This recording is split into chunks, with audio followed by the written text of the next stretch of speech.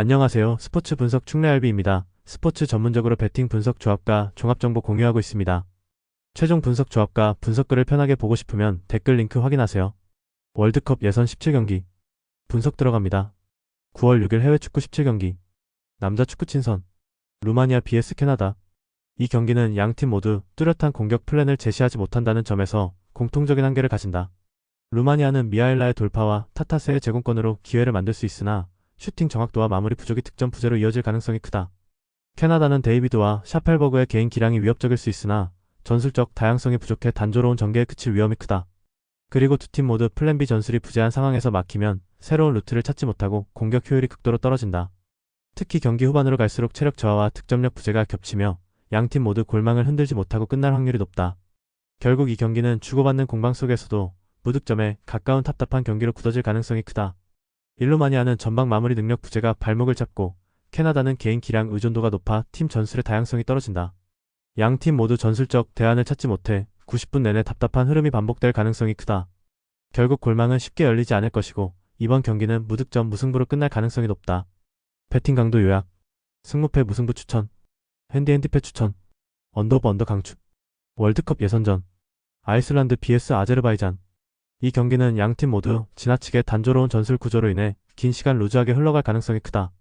아이슬란드는 구두 연센을 향한 롱볼과 포스트 플레이로만 공격을 풀어가는 경향이 강하다.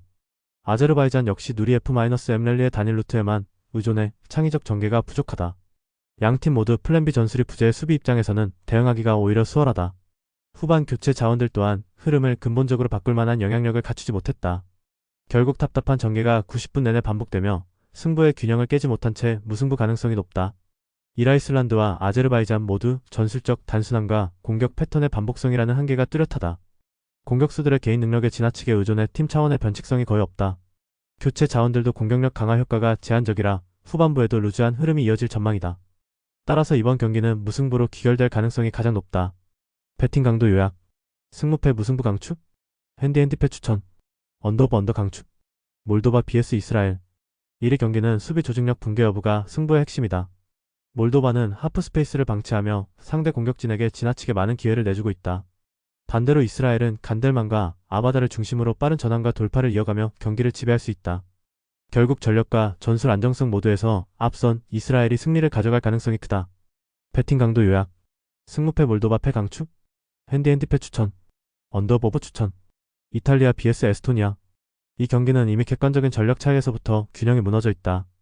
이탈리아는 점유율과 압박 모드에서 우위를 점하고 특히 코너킥 패턴을 통한 헤더 공격은 에스토니아에게 큰 위협이 될 것이다. 반면 에스토니아는 빠른 역습을 노리겠지만 중원에서의 열세와 세트피스 불안이 겹치며 공격 전환조차 매끄럽게 이어가기 어렵다. 그리고 시간이 지날수록 에스토니아의 수비 집중력은 떨어질 수밖에 없고 이탈리아는 다양한 루트로 기회를 창출하며 스코어 격차를 벌려갈 것이다. 결국 경기의 흐름은 이탈리아가 처음부터 끝까지 틀어질 가능성이 높다. 이탈리아는 코너킥 세밀 패턴과 전술적 완성도를 앞세워 경기 흐름을 초반부터 장악할 수 있다.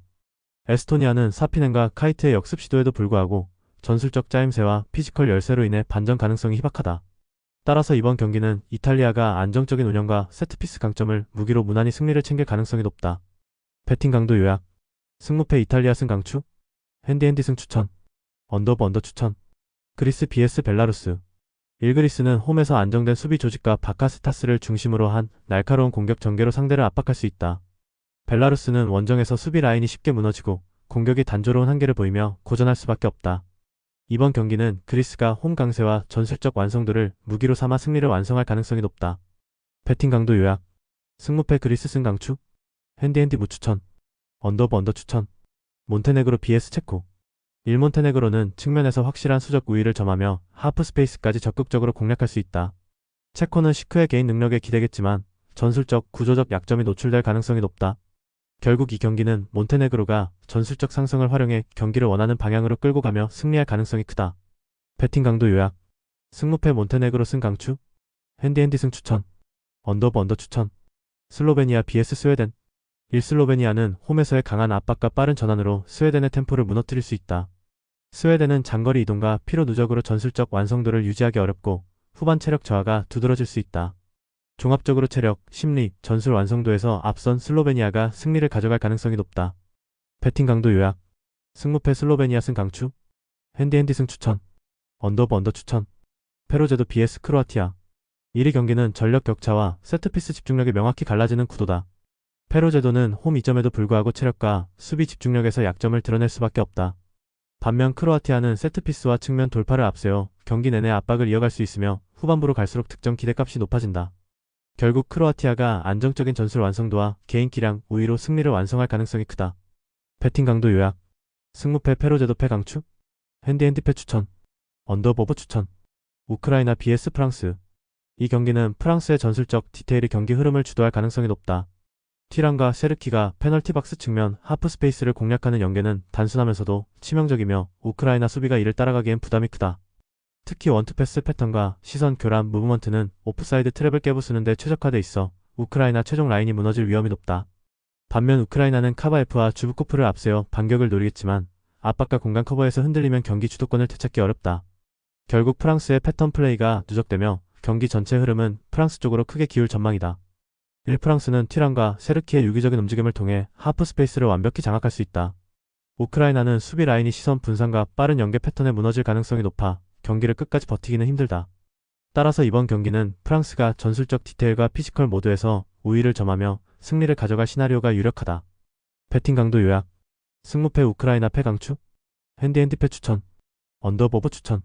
스위스 vs 코소보. 1. 스위스는 샤카의 전방 연결과 은도의 측면 활동, 엠볼로의 결정력이 맞물리며 공격 효율을 극대화할 수 있다. 코소보는 수비 간격 유지와 전술적 대응에서 뚜렷한 한계를 보이며 강한 압박 앞에서 쉽게 흔들릴 가능성이 크다. 이번 경기는 스위스가 전술적 완성도와 전력 우위를 바탕으로 승리를 가져갈 흐름이다. 배팅 강도 요약. 승무패 스위스 승 강추. 핸디 승 추천. 언더보브 추천. 덴마크 vs 스코틀랜드.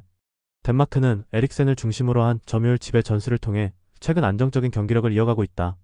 특히 볼이 위치한 지역마다 다수의 선수를 배치해 수적 우위를 만드는 방식은 상대의 압박을 무력화시키는 데 효과적이다. 반면 스코틀랜드는 4-4-2의 단순 구조 탓에 중원에서 밀릴 수 있으며 길모어의 전개도 덴마크의 압박에 차단될 위험이 크다. 결국 중원에서의 숫자 싸움과 볼점유율 주도권에서 앞서는 덴마크가 경기 흐름을 장악할 가능성이 높다. 그럼에도 불구하고 덴마크가 전방 마무리에서 세밀함을 놓친다면 흐름이 늘어질 수 있다. 하지만 경기 전체를 두고 본다면 체력 전술 심리까지 모두 앞서는 덴마크가 결국 판을 주도할 것이다. 1덴마크는 에릭센을 중심으로 한 점유율 지배 전술을 통해 경기 주도권을 확실히 잡을 준비가 되어 있다. 스코틀랜드는 아담스와 맥긴을 앞세운 저돌적인 움직임으로 반격을 시도하겠지만 구조적 열세는 극복하기 어렵다. 결국 이 경기는 덴마크가 전술적 안정감과 점유율 지배력을 앞세워 승리를 완성할 가능성이 크다. 배팅 강도 요약. 승무패 덴마크 승 강추. 핸디 승 추천. 언더 추천. 버뮤다 vs 자메이카. 1위 경기는 전력 격차가 뚜렷해 초반부터 자메이카가 주도권을 쥘 가능성이 크다. 버뮤다는 수비 블록을 유지하며 버티려 하겠지만 후반부 체력 저하와 마킹 실수는 실점으로 직결될 수 있다. 반면 자메이카는 그레이의 측면 파괴력과 중원 장악을 앞세워 안정적으로 경기를 풀어가며 최종적으로 승리를 완성할 가능성이 높다. 배팅 강도 요약. 승무패 버뮤다 패 강추. 핸디패 추천. 언더보브 추천. 트리니다드 토바고 vs 키라소. 이 경기는 트리니다드 토바고의 선수비 후역습 전략이 키라소의 허점을 파고들 수 있다는 점에서 흥미롭다. 가르시아와 몰리노가 전방에서 빠른 움직임을 보이면 키라소의 수비는 뒷공간 커버에서 버거운 장면을 반복할 가능성이 크다. 램퍼사드가 중원에서 압박을 주도하며 볼을 탈취하면 역습 전환 속도는 더욱 빨라진다. 반면 키라소는 로카디아 중심의 전개가 단조롭고 마가렛이 고립될 경우 공격 루트가 막히면서 답답한 흐름에 빠질 수 있다. 그리고 키라소의 수비 전환이 느린 만큼 트리니다드 토바고의 실리적인 운영이 경기 후반으로 갈수록 더 큰 효과를 발휘할 것이다. 결국 이 매치는 전술적 응집력과 빠른 역습 효율성에서 앞서는 트리니다드 토바고가 주도권을 가져갈 가능성이 높다. 1. 트리니다드 토바고는 안정적인 선수비 후역습 구조를 바탕으로 상대의 허점을 정확히 공략할 수 있다. 가르시아와 몰리노의 침투가 살아나는 순간 키라소 수비는 무너질 위험이 크다.